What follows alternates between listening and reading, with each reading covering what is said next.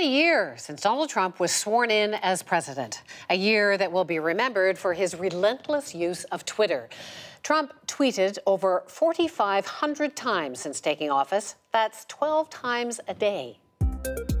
Presidential tweets are already a new thing that the whole world is getting used to, including the media. The president uses a social media platform to connect directly with Americans. White House aides are trying to make sure that the president's social media posts are actually vetted. If I use it at all, I'm going to do very restrained.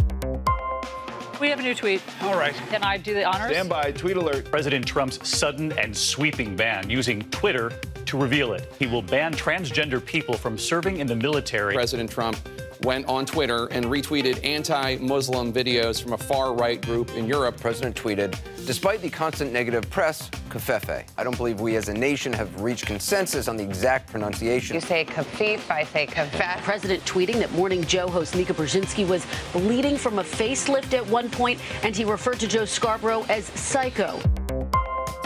They often serve as a distraction. They serve no substantive purpose. They're debating healthcare, and up comes a tweet from the president that says no transgender in the military. So immediately, attention focuses to that. I agree that it was a distraction. The outburst knocking him off message. It comes from the president of the United States.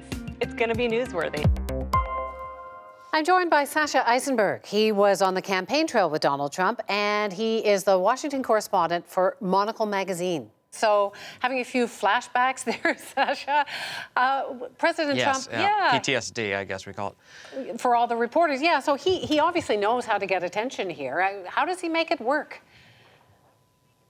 Yeah, I mean, this worked very well for him during the campaign because every time he put out something explosive or controversial, he drew media attention onto himself. He wasn't spending a lot of money during the campaign, and this was a way of making sure that television, newspaper coverage was about him.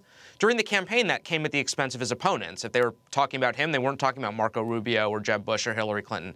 I think one of the things he's yet to adjust to in the presidency is that now it comes at the expense of other things he could be saying. There will be eyeballs on the president of the United States every day, regardless. And what often happens now is that he distracts from what he could be doing, which is explaining his policies.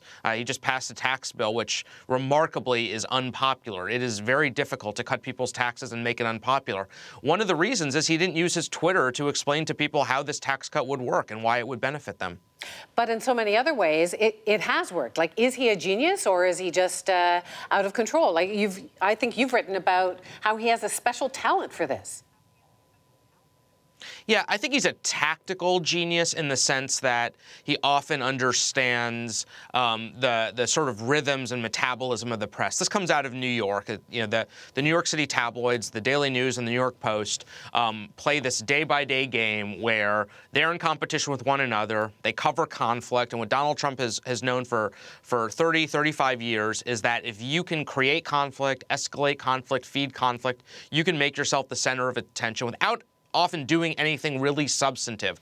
Basically, you know, it's the logic of a bar fight. If you want to get people's attention in a bar, probably the fastest way to do it is punch somebody in the nose.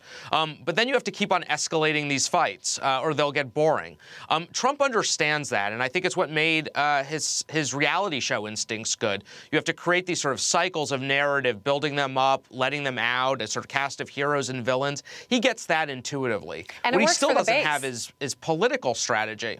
Yeah, it works for the base because, you know, I think that Trump's politics functions as a sort of loyalty program, which is if you're in the club, you do really well. You keep on getting these sort of karmic and often policy rewards where he does stuff for you. He's done nothing to expand his support in the last year. In fact, it started to shrink. And part of the reason, I think, is that he is not thinking about communications in a strategic way. He's not telling a larger story that is helping to drive his agenda.